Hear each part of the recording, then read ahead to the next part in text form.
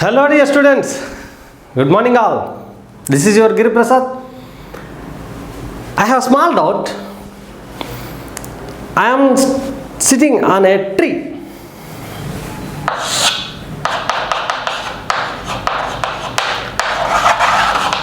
I am sitting here on the branch of a tree which is H height, or the tall of the tree is H, and my friend is here under the tree, and I am going to drop one stone exactly onto his head.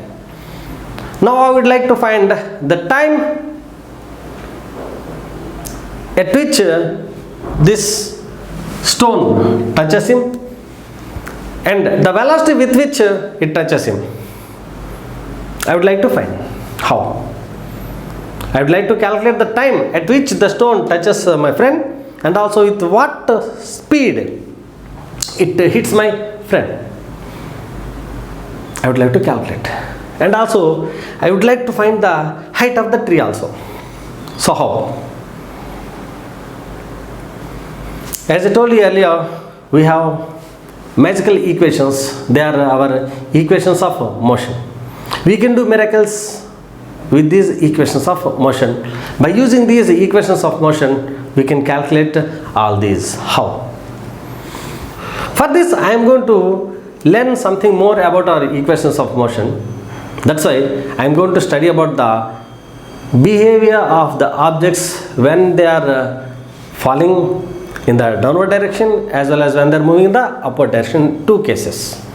Case 1, when the objects are moving in the downward direction towards gravity, and when they are moving in the upwards against gravity. So what happens, we are going to discuss now. So first one, I would like to study motion of an object under gravity for freely falling body.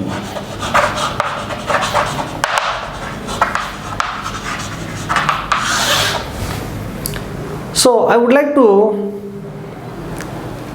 identify the characteristics of our parameters when it is freely falling. When it is freely falling, we have our u, initial velocity. What is our initial velocity? If it is freely falling, initial velocity is 0. So here at the first sight, the moment when you are dropping, its velocity is 0. That's why u is equal to 0. And it is in the downward direction. The object is moving in the downward direction. Next, a is equal to how much? Here the a is equal to acceleration due to gravity. As the acceleration due to gravity is z, this is also in the downward direction. Next, what about displacement? Yes, is equal to our height of the tower or height of this tree. So this initial point, this is our final point. From here to here, the displacement is measured in the downward direction. And the final velocity v, as it reaches this ground, the velocity is in the downward direction. Wonder how much we can find. So what about our first equations of motion? As we know, v equal to u plus at. Here v is equal to u means how much? 0. Plus instead of a I can write z, and this is t. So v is equal to zt is our first equations of motion in case of a freely falling body. From this we can get one thing, that is what? The time at which it hits the person. So from this t can be written as v by g. So if you know the final velocity with which it hits the person, you can find the time at which it hits the person. Actually, this is called as the time of descent. Time of descent means the time taken by the body to reach the ground is called as time of descent. For this we have one more proof. I will tell you that. Next, I would like to discuss our second equation of motion. I hope you note down this. See, if you wish, you can take a pause, click on the pause button and write down this. So here I got TD equal to V by G. In future I am going to prove that TD equal to U by G. Now let us see our second equation of motion, that is S equal to ut plus half at square. Here S is displacement in the downward direction. See here in this we need to mention the sign convention. See, I am saying that sign convention, not mandatory. It is our choice. As our choice, if upward, some physical quantities are upwards, some physical quantities may be downwards. If I take upward as positive, downward will be negative. So here all are in the downward direction, so I can take everything as a positive. So S is positive, S is nothing but our H, height of the tower, is equal to U means how much? Initial velocity 0 plus half into, instead of A I can write as GT square. So H equal to how much? Half GT square. If you can find the time at which the ball reaches the ground, you can find the height of the tower. Else, if you know the height of the tower, you can find the time. So how to get the time? T is equal to 2h by z under root. So this is how you can find either time or height. If you know height, you can find time. If you know time, you can find the height of the tower of the or the tree. Now let us see the benefit of our third equation. Yeah, what is the third equation? That is v square minus u square equal to 2as. Third equation.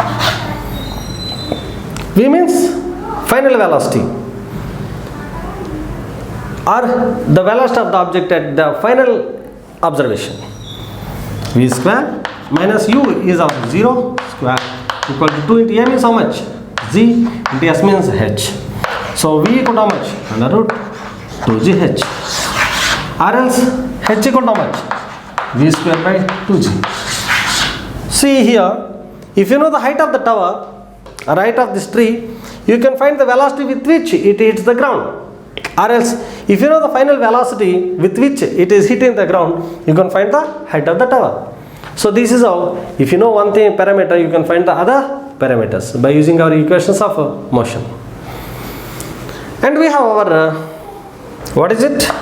Sn equal to u plus a into n minus half. Here Sn means displacement of this object, or distance traveled by this object in a particular second, nth second, is equal to 0 plus, instead of a I can write g into n minus half. So Sn equal to g into n minus half. By using this, you can find the distance traveled by the body in particular second. For example, if a water drop is falling, we have several problems based on water drops in our worksheets. While solving them, you can apply this. When the water droplet is falling from this tree, what is the distance traveled by the water droplet in the first second, second second, third second, fourth second, like that he asks. Then we can use this formula. He may ask, what is the distance traveled by the body in the first second, second second, third second, like that. Let's see how. S1, distance traveled by the water droplet in the first second, is equal to g into 1 minus half, that is equal to g by 2. Distance traveled by the water droplet in the second second is equal to g into 2 minus half, that is equal to 3g by 2. S3 is equal to distance traveled by the water droplet in the third second is equal to g into 3 minus half, that is equal to 5g by 2, blah blah blah blah blah. Finally, he may ask you, what is the ratio of the distances traveled by the water droplet in successive seconds?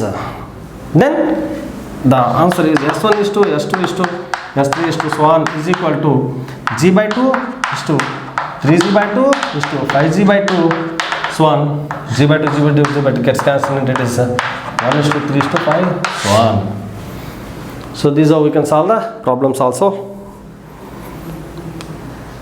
In the next lecture, I am going to discuss about the equations of motion when an object is thrown vertically upwards.